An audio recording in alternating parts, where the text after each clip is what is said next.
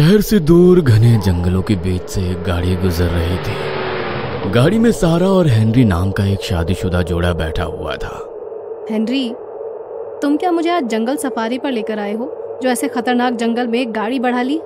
अच्छे खासे हाईवे से जा रहे थे हम लोग। अरे नहीं, ये जंगल सफारी नहीं, शॉर्टकट है। अभी मेन रोड से जाते ना तो मैसूर पहुंचते पहुंचते 4 घंटे लग जाते। मैप पर पूरा रोड हैवी ट्रैफिक शो कर रहा है। सारा अपने चारों ओर फैले जंगल को देख थोड़ी घबराई हुई थी।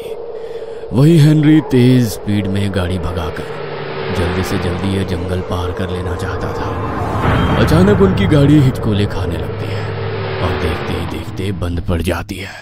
हेनरी, ये क्या हो रहा है हमारी गाड़ी को? प्लीज ये मत कहना कि गाड़ी खराब हो गई है। गाड़ी में पेट्रोल तो है ना?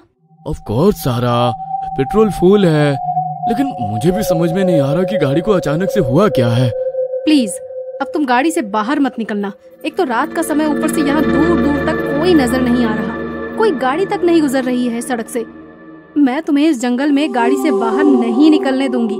कम ऑन सारा, ऐसे डरोगी तो कैसे काम चलेगा? और भूलो मत, जानवर इंसान से ज्यादा खतरनाक नहीं होते। एक बार चेक तो करना ही पड़ेगा कि आखिर गाड़ी को हुआ क्या है। हेनरी गाड़ी से उतरता है और गाड़ी का बोनट खोलकर चेक करने लगता है। ओह माय गॉड, इसमें से तो धुआं निकल रहा है। अब क्या करें? मुझे नहीं लग रहा कि अब ये गाड़ी चलने वाली है। देखो, इतनी रात को इस जंगल में मुझे पहले ही डर लग रहा है। जंगली जानवरों की आवाज सुनाई दे रही है तुम्हें? अगर उन्हें पता लग गया ना इस घने जंगल में हमारे जैसे 2 शिकार घूम रहे हैं, तो वो डिनर करने के लिए इधर ही आ जाएंगे। तुम चुपचाप आकर गाड़ी में बैठो। हम गाड़ी के अंदर बैठकर ही मदद मिलने तक इंतजार करेंगे। कुछ देर गाड़ी में बैठने के बाद हेनरी, बंद गाड़ी के अंदर बहुत सफोकेशन हो रही है, क्या करें? देखो, यहाँ सड़क बनी हुई है, इसका मतलब गाड़ियाँ यहाँ से गुजरती जरूर होंगी। हो सकता है आसपास कोई होटल या सराय भी हो। चलो एक बार हिम्मत करके रात बिताने के लिए कोई मदद मांगते हैं। यहाँ गाड़ी में बैठना सेफ नहीं है। घबराते हुए सारा और हेनरी जंगल में थोड़ा आगे बढ़ने लगते हैं। वो देखो, उधर से लाइट दिखाई दे रही है, जरूर वहाँ कोई कॉटेज होगा। चलो, उधर हमें हेल्प जरूर मिलेगी। रोशनी की डायरेक्शन में आगे बढ़ते हुए सारा और हेनरी एक पुरानी सी हवेली के सामने पहुंच जाते हैं। हेनरी, इतने घने जंगल के बीच में ये हवेली किसकी होगी? कौन रहता होगा यहाँ? अरे यार, किसी की तो होगी ही ना। होगा कोई जिसे शहर से दूर शांति में रहना पसंद हो। तुम छोड़ो ना ये सब। हेनरी उस बड़ी सी हवेली का दरवाजा खटखटाता है। कुछ ही पलों में वो पुराना और जंग लगा दरवाजा तेज आवाज के साथ खुलता है और अपने सामने उन्हें हाथ में छड़ी पकड़े हुए एक बूढ़ी औरत नजर आती है। बूढ़ी महिला काफी उम्र दराज नजर आ रही थी। उसका चेहरा सफेद और झुर्रीदार नजर आ रहा था। सारा और हेनरी को देखकर वो बूढ़ी महिला मुस्कुराने लगती है। आओ आओ बच्चों, स्वागत है तुम्हारा। साधारण से सुनाई देने वाले ये शब्द उस बुढ़िया के मुंह से सुनकर ना जाने क्यों सारा को कुछ अजीब सा महसूस हुआ। अब हम लोग यहीं जंगल वाली सड़क से गुजर रहे थे, अचानक हमारी मुझे पता है तुम्हारी गाड़ी खराब हो गई है। तुम्हें रात बिताने के लिए जगह चाहिए, इसीलिए मेरे बंगले में चले आए, यही ना? अरे भाई, ऐसे आंखें फाड़कर हैरानी से क्या देख रहे हो? अब इस सुनसान जंगल में पिकनिक मनाने तो कोई आता नहीं। गाड़ी ही खराब हुई होगी, इसीलिए आए होंगे। चलो अब ज्यादा सोचो मत, आओ मेरे साथ। बूढ़ी उन्हें लेकर बड़े से बंगले के गलियारे से गुजरने लगती है। हेनरी, तुम्हें ये सब कुछ अजीब नहीं लग रहा? इस सुनसान जंगल में अचानक से हमें ये बंगला मिल गया, और फिर इन्होंने हमें बिना कुछ भी पूछे अपने घर में रुकने की परमिशन भी दे दी। सारा, तुम क्यों सब कुछ कॉम्प्लिकेटेड करने पर तुली हुई हो?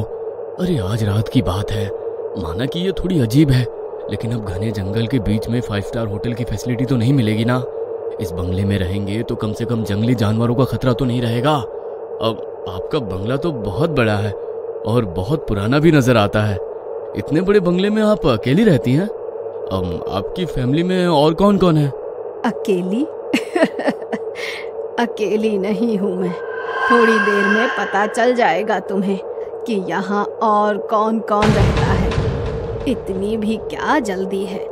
आप हमें हमारा रूम दिखा दीजिए प्लीज। काफी रात हो गई है और सुबह हमें जल्दी ही निकलना होगा। हाँ हाँ, क्यों नहीं। ये लो, यही है तुम्हारा कमरा। कमरे में पहुंचकर सारा और हेनरी की थोड़ी सांस में सांस आ गई थी। जल्दी से सो जाते हैं, सुबह जल्दी उठकर यहाँ से बाहर निकलते हैं। मुझे ये जगह कुछ ठीक नहीं लग रही। ये बुढ़ी कुछ ज्यादा ही मिस्टीरियस नहीं लगी तुम्हें? बात कम करती है और डराती ज्यादा है। अरे छोड़ो ना उनको, तुम चेक करो तुम्हारे मोबाइल में नेटवर्क आया क्या? पता नहीं ऐसा क्या है यहाँ कि मोबाइल में नेटवर्क ही नहीं है। पता नहीं क्या हो रहा है हमारे साथ। हेनरी और सारा अपने कमरे में लेट जाते हैं। कुछ ही देर में वे लोग गहरी नींद में पहुंच गए थे। पता नहीं ये रात कौन सा पहर था। सारा गहरी नींद में थी। नींद में ही उसने महसूस किया कि जैसे उसे 3 लोगों ने घेर रखा है और वे कुछ अजीबोगरीब से मंत्र पढ़कर उसके ऊपर कुछ झलक रहे हैं। सारा घबरा कर उठ बैठती है तो खुद को एक अनजान से कमरे में पाती है। हेनरी, कहाँ हो तुम? ये तो वो कमरा नहीं है जहाँ हम सोए थे। ये मैं कहाँ आ गई हेनरी? प्लीज हेनरी, जल्दी आओ, मुझे बहुत अजीब सी फीलिंग्स आ रही है। हेनरी। सारा कमरे में दौड़ते हुए बाहर निकलने के लिए दरवाजा ढूंढ रही थी। सारा जिस कमरे में फंसी हुई थी वहां दीवार में हर तरफ दरवाजे ही दरवाजे लगे थे, लेकिन जैसे ही वो उन दरवाजों को खोलती सामने एक दीवार दिखाई देती। किसी दरवाजे से निकलकर वो वापस पहले वाले दरवाजे के सामने आ जाती। जैसे उस कमरे में बाहर निकलने का कोई रास्ता ही नहीं है। मानो कमरा नहीं, एक भूल भुलैया था वो। सारा एक दरवाजे से निकलती, इधर उधर दौड़ती और फिर वापस उसी जगह पहुंच जाती। सारा का डर से हाल बेहाल हो रहा था। अचानक ही उसे कमरे से किसी के रोने की आवाज सुनाई देने लगती है। कौन है वहाँ? मैं पूछती हूँ, कौन है? कौन रो रहा है यहाँ पर? सामने आओ। सारा के इतना कहते ही रोने की आवाज और तेज हो जाती है। कौन हो तुम? मुझे दिखाई क्यों नहीं देती? कुछ तो है यहाँ। मैंने कहा था हेनरी से, मुझे ये घर कुछ ठीक नहीं लग रहा, लेकिन हेनरी ने मेरी बात नहीं मानी। पता नहीं वो किस हाल में होगा। हेनरी, तुम कहाँ हो हेनरी? सारा कमरे से बाहर निकलने का रास्ता ढूंढ रही थी। तभी उसे दीवार पर एक आकृति दिखाई देती है। सारा उसे छू कर देखती है तो वो उसे कुछ अजीब सा लगता है। सारा उस आकृति को घुमा कर देखती है। अचानक ही कमरे के फर्श से नीचे बेसमेंट में जाने का रास्ता बन जाता है। सारा घबराते हुए उस बेसमेंट में पहुंच जाती है, लेकिन बेसमेंट में पहुंचने पर उसकी सांस थम जाती है। ये बेसमेंट बड़ा ही डरावना नजर आता था। उसमें जगह जगह भयानक गुड़ियां लटकी हुई थी। कहने को तो ये निर्जीव गुड़ियां थी, लेकिन उन गुड़ियों के चेहरे इतने सजीव थे, लगता था अभी बोल पड़ेंगी। छत से लटकी उन सैकड़ों काली गुड़ियों को देखकर सारा के बदन में कुछ झुरझुरी सी दौड़ने लगी थी। उन सभी गुड़ियों का चेहरा एक ही जैसा था और उन पर खून के छींटे लगे हुए थे। किसी किसी गुड़िया से अभी भी खून टपक रहा था, जिसे देखकर सारा की चीख निकल जाती है। सारा मोबाइल के टॉर्च की रोशनी में बेसमेंट में आगे बढ़ रही थी। तभी एक तस्वीर देखकर उसके दिल की धड़कनें और तेज हो जाती है। यह तस्वीर किसी खूबसूरत लड़की की थी। उस तस्वीर पर नीचे सुंदर लिखावट में एक नाम लिखा था, मारिया।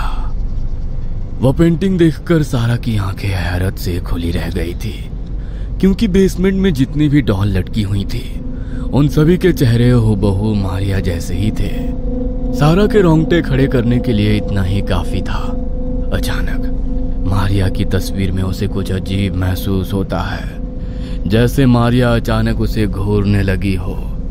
सारा उस तस्वीर को देखकर उसके करीब जाती है और तस्वीर को छू कर देखती है। अचानक मारिया की तस्वीर में उसकी आंखों से खून रिसने लगता है, जिसे देखकर सारा चीख कर वहां से भागने लगती है। सारा का पैर किसी भारी चीज से टकराता है और वह जमीन पर गिर पड़ती है। तभी उसके ठीक सामने लटकी हुई डॉल अपनी आंखें खोल लेती है और एक डरावनी मुस्कान लिए उसकी ओर देखने लगती है। जरूर वो बुढ़िया कोई काला जादू जानती है। उसने ही मुझे यहाँ पर कैद कर लिया है। मैं हार मानने वालों में से नहीं हूँ। अपने हेनरी को लेकर मैं यहाँ से बाहर निकल जाऊंगी। हेनरी ठीक कहता है, इंसान जानवर से ज्यादा खतरनाक होता है। मैं अब यहाँ नहीं रुकूंगी।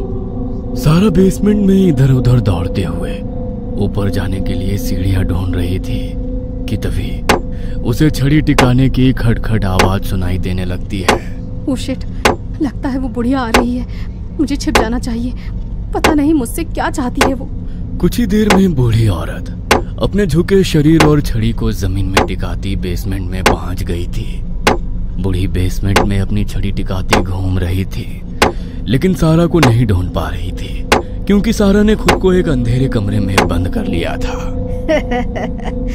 छिपने का कोई फायदा नहीं है सारा। इस घर से कोई बाहर नहीं जा सकता। देखो, मेरी फैमिली तुम्हारा वेट कर रही है। उनको वेट कराना अच्छी बात नहीं है। उन्हें गुस्सा आ गया तो तुम्हारे लिए तकलीफ हो जाएगी। आओ, तुम तो मिलना चाहती थी ना सबसे। देखो, यहाँ मेरे पति हैं, मेरी बेटी मारिया है और मेरी पोती। देखो ना कितनी प्यारी है वो। तुम मिलना नहीं चाहोगी उनसे? अच्छा ठीक है, मत मिलो, लेकिन हेनरी से तो मिलना है ना तुम्हें। क्या किया इन्होंने मेरे हेनरी के साथ? ये मैं कहाँ फंस गई हूँ? ओह गॉड, हेल्प मी प्लीज। अच्छा, तो हाइड एंड सीक खेलना चाहती हो मेरे साथ? मारिया को भी बहुत पसंद है ये गेम, बस उसे गुस्सा थोड़ा ज्यादा आता है। हाइड एंड सीक में वो जिसे पकड़ लेती है उसको तड़पा तड़पा कर मारती है। ठीक है, हम सब मिलकर ढूंढते हैं तुम्हें। जो तुम्हें ढूंढेगा उसको ही तुम्हारा शिकार करने का मौका मिलेगा। वो डॉल देखी ना तुमने? वो सब कभी इस हवेली में गेस्ट बनकर आए थे। मैंने समझाया भी था कि यहाँ से वापस जाना संभव नहीं, लेकिन उन्हें भी तुम्हारी तरह हाइड एंड सीक खेलने का शौक था। मारे गए सबके सब। सारा को उस अंधेरे कमरे से बूढ़ी की सभी बातें साफ साफ सुनाई दे रही थी। तभी उसे अपने पीछे किसी के होने का एहसास होता है। सारा पीछे मुड़कर देखती है, लेकिन वहां कोई नहीं था। अगले ही पल सारा को कमरे में एक काला साया नजर आता है, जिसकी सफेद आंखें उस अंधेरे कमरे में चमकती हुई इतनी डरावनी लग रही थी कि किसी का भी खून जमा दे। सारा अपने दोनों हाथों को अपने मुंह पर रखकर किसी तरह अपनी चीख को मुंह में ही दबा लेती है और घबराते हुए उस कमरे से निकलकर दौड़ते हुए एक दूसरे कमरे में पहुंचती है, जहां उसे कई सारे सड़े गले शव दिखाई देते हैं। उस कमरे से भयंकर दुर्गंध आ रही थी और अधगले शवों को कीड़े खा रहे थे। सभी शवों के आंखें और मुंह खुले हुए थे और सैकड़ों कीड़े उनके मुंह से कतार बनाकर बाहर की ओर आ रहे थे। यह नजारा देख सारा खुद पर काबू नहीं कर पाती है और उसे उल्टी हो जाती है। इतने सारे लोगों को मार चुकी है ये पागल बुढ़िया। पुलिस इसे पकड़ती क्यों नहीं? आखिर इसे चाहिए क्या? क्यों मार रही है मासूम लोगों को? अब समझ में आ रहा है कि इसने घने जंगल में अपना ये कॉटेज क्यों बनाया है, क्योंकि घने जंगलों के बीचों बीच कोई जान ही नहीं पाता होगा कि गायब हुए लोग आखिर गए तो गए कहाँ। यस, मैं पुलिस को कॉल करती हूँ, छोड़ूंगी नहीं इनको। सारा अपने फोन से पुलिस का नंबर मिलाती है, लेकिन उसका फोन डेड पड़ा हुआ था। नताशा, मेरी बच्ची, I love you so much. मैं नहीं जानती तुम्हें ये मैसेज कभी मिलेगा या नहीं, या जब तुम्हें ये मैसेज मिले मैं जिंदा रहूंगी या नहीं, लेकिन मुझे उम्मीद है कि एक दिन तुम जान पाओगी कि तुम्हारे मम्मी पापा कहाँ हैं। मैं तुम्हें अपनी लोकेशन शेयर कर रही हूँ। टेक केयर बेटा। मुझे उम्मीद है आज नहीं तो कल तुम अपने मॉम डैड को ढूंढते हुए आओगी जरूर। अपनी बेटी के लिए मैसेज रिकॉर्ड करके सारा सेंड बटन दबा देती है, लेकिन अभी भी मैसेज सेंड नहीं होता, जिसे देखकर सारा फिर से फूट फूट कर रोने लगती है। क्या सारा इस हाउस से निकल पाएगी? क्या नताशा को कभी पता चलेगा उसके माता पिता कहाँ हैं? क्या है इस घर की स्टोरी? जानने के लिए अगला भाग देखना ना भूलें।